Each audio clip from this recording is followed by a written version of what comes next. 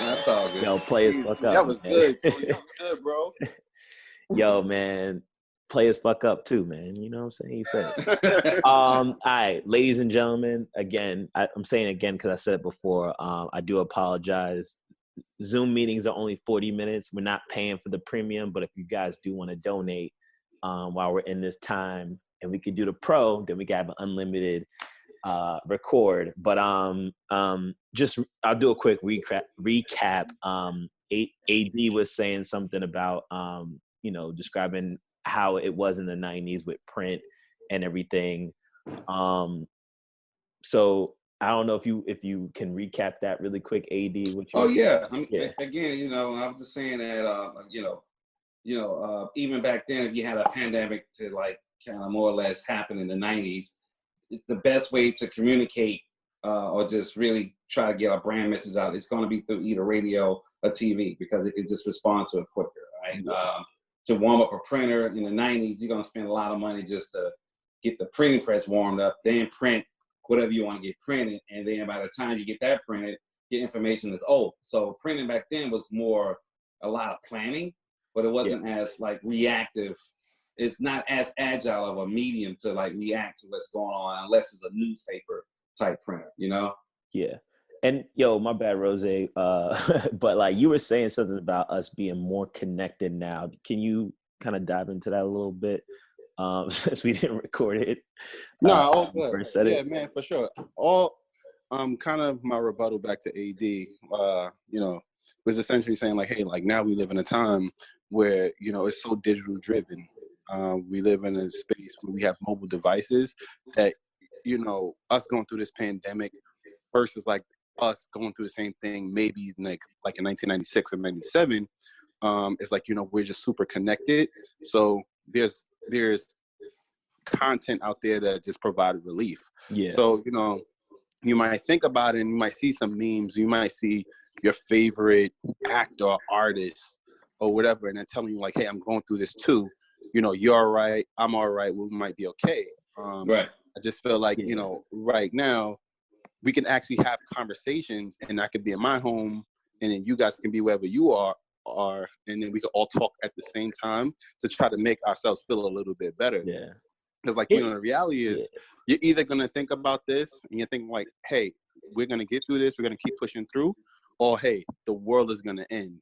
I mean, and it's just how you want to think about it. But I feel like now, outside of print, print of course, but outside of radio and television back then, which was probably one of the more faster media verticals, it's just more connected. And we all can just, feel us all going through this at the same time. So one thing I did want to jump on, you said it before we recorded, but I was just going to say that I felt like radio was not as fast, but was still kind of relevant because I don't know if you guys remember, but there was a blackout in New York, like I want to say 2003. Yeah, I remember that. And it was I think it was only 2004. Like maybe, it was 2000. Only reason why I remember is 2003 because it was the summer right before I was about to go to high school. Copy. Not to date myself, but like I think you just did. but yeah, it was the summer right before I was about to go to high school. And I think it was like 2 days, but like the one thing I do remember is when we had the blackout, the only thing that people had was the radio and what was going on in the news and stuff like that. So it was just a crazy time.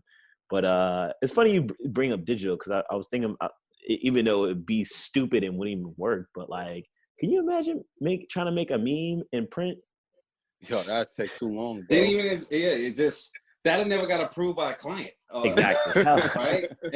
And it's kind of like, memes are democratic, right? You can put a meme out from your phone and exactly anybody can make them. Like back then, you're not going to spend money to make some silly shit that you're going to put out for what, right? For the sake of putting out something, right? Like it just didn't happen. Exactly. And for anybody, for those listening, just quickly kind of describe what AD was talking about. When it comes to print magazines or putting any type of print ad out, first you gotta, high level steps wise, first you have to have the idea, then you have to get that approved, then you have to send it to the production company who will do a proof and will pull back, make sure all the colors and all that stuff is right. Because if you make it digitally, sometimes the colors you have to switch from RGB to whatever. TMYK. Yeah, TMYK. All right, there we go. Design on deck. And it's just a long process. And then even once you print it, it could still look fucked up. It's just a long process and a lot of shit you gotta do just to get. And don't forget too to make sure you got to make sure like you're hitting off on your dates. Like it's crazy. Print was real, bro. Yeah, no, that shit was real. It took real. It's paying a lot of people too. It paid a lot of people, but it took a lot of like real talented people to pull it off. Like I remember a lot of the production designers, even the guys we used to work with at our old agency. Howard was good, bro. He was dope.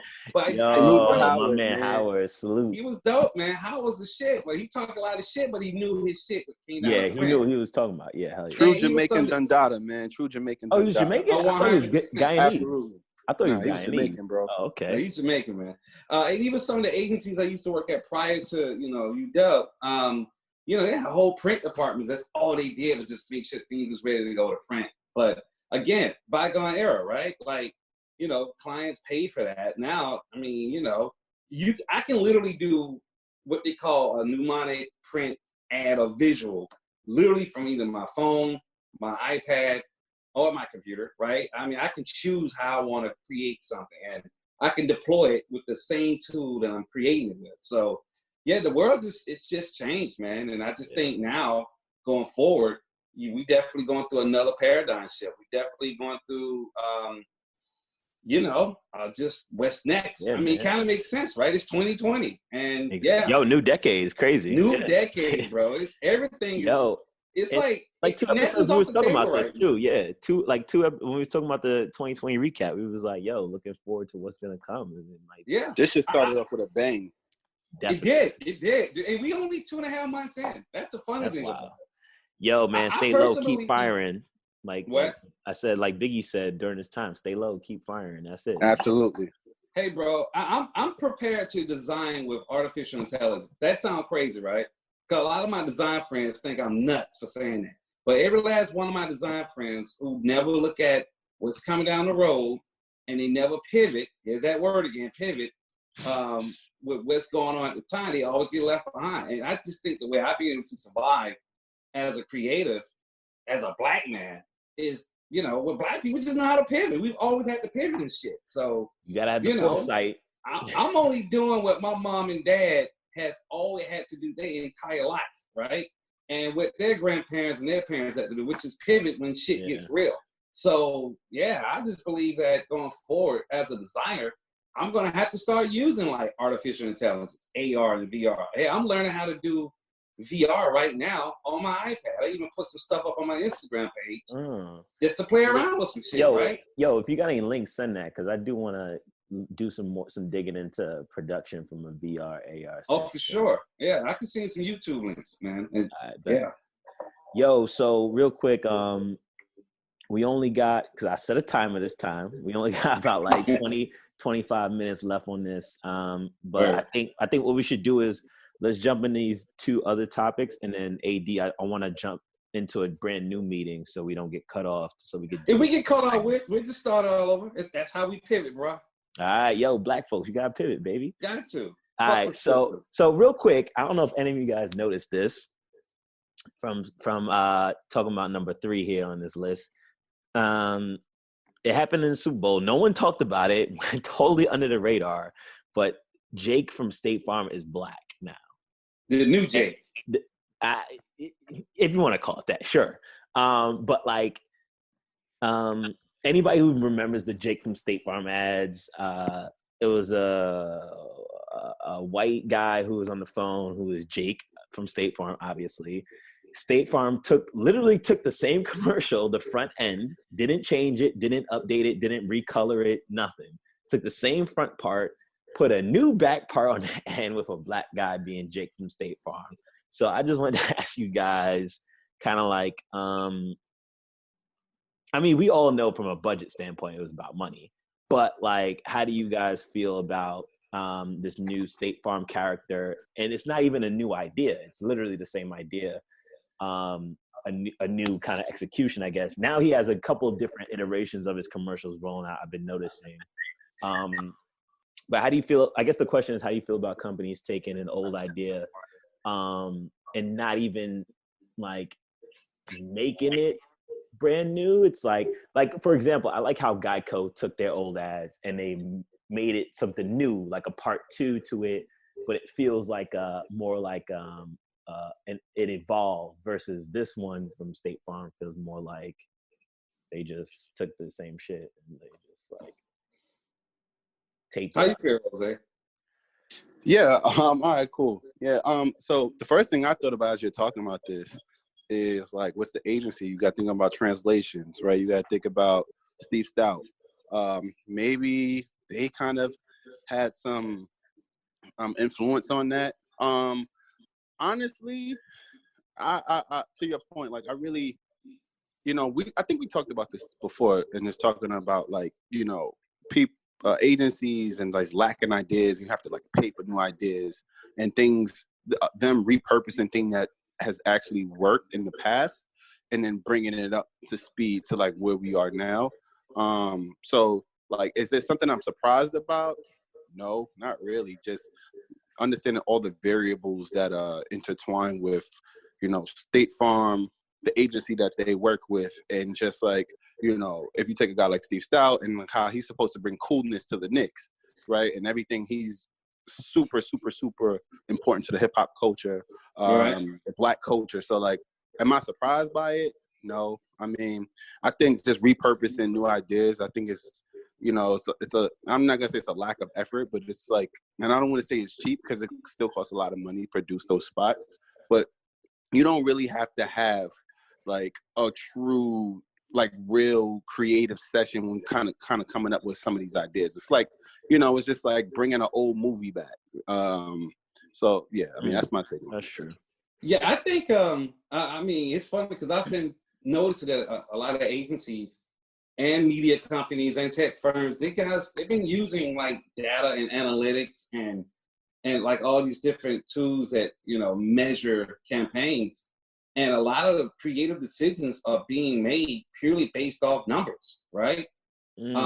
So if you think about this whole State Farm ad, I'm sure, Rose, you can probably speak to this better than any of us here, but just look at the numbers. If they're saying that, this type of messaging, this type of creative is working, then, they're probably going to use some type of design thinking method, which is just iterate what you already have, right?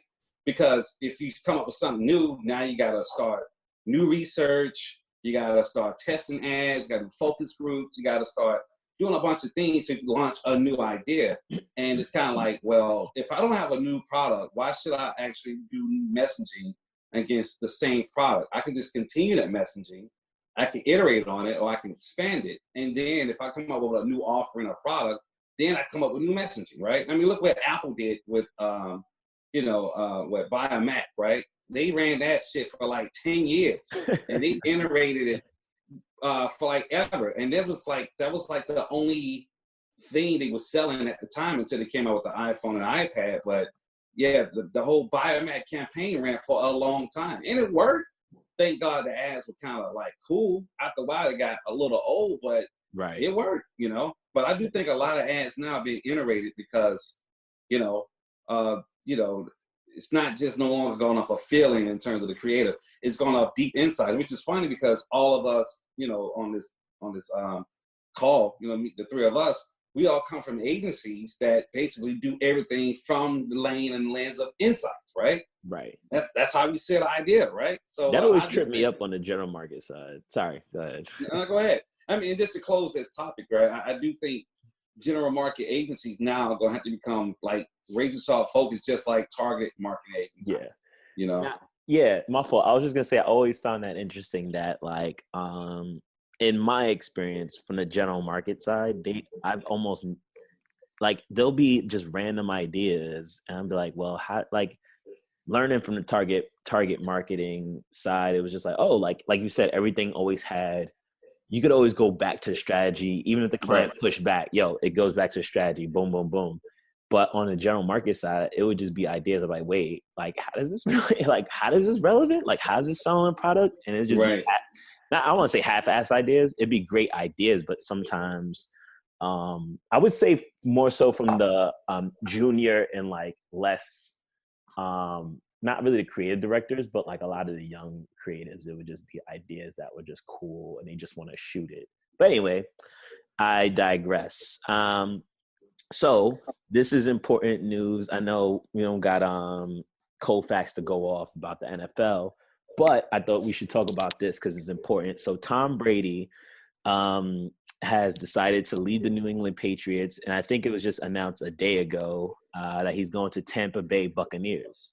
So my question in terms about him is just like, for any of you who want to jump on this topic, is just like, what does this mean for his legacy? You know, like I look at Tom Brady as kind of like, I mean, I hate to say it, but he's like in my time, he's kind of like the Michael Jordan of football, like with the championships and being one of the best quarterbacks out there. Maybe not the greatest of all time, but like, again, I'm talking about from my perspective, and I'm not even a Tom Brady fan.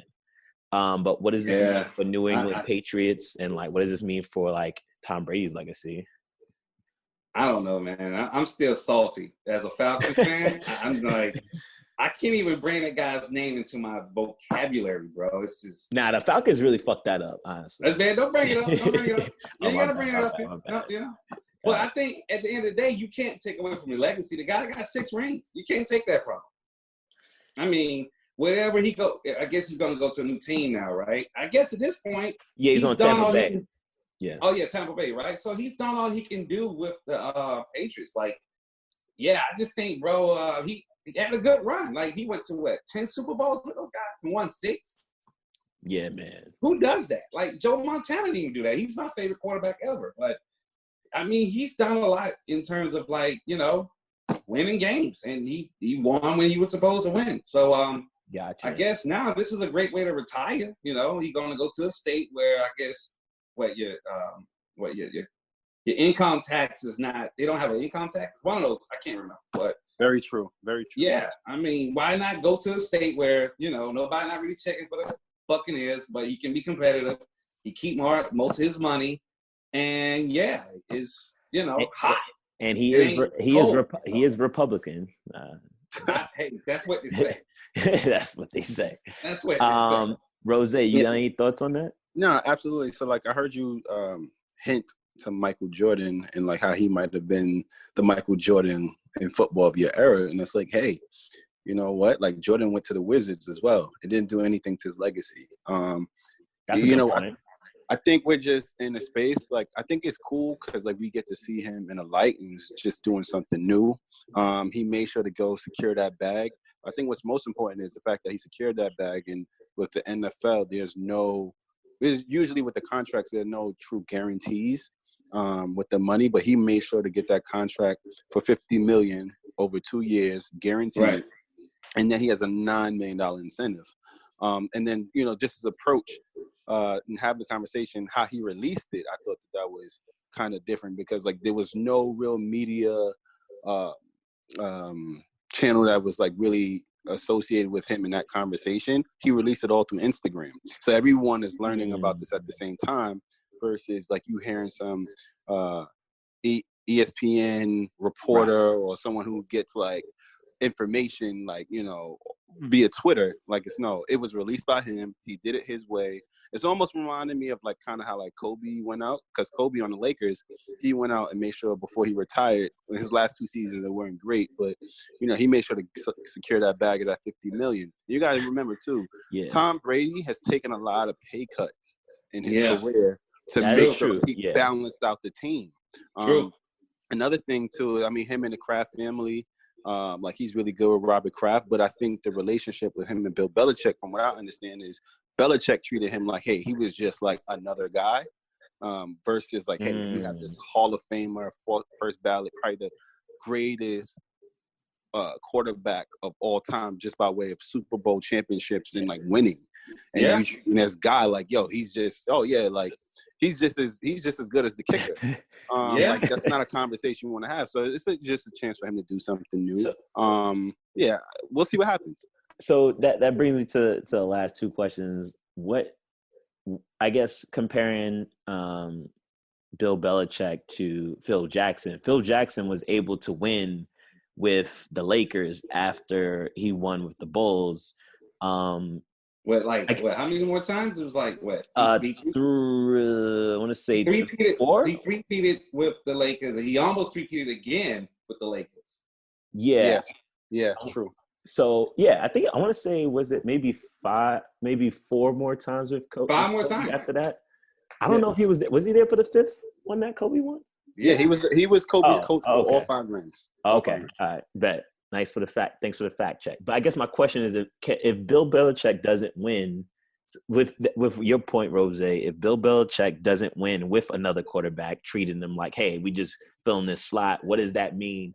I guess the question, just to make it simpler, if Belichick or Tom Brady can't win without the other, does that slight their stance in football history? Can you say Bill Belichick is one of the greatest coaches still? Because I know there was I don't think it does anything. Like Belichick, he operates off a system. So I think if you look at the San Francisco 49ers, system of cheating, right? Oh yeah. Yeah, true that.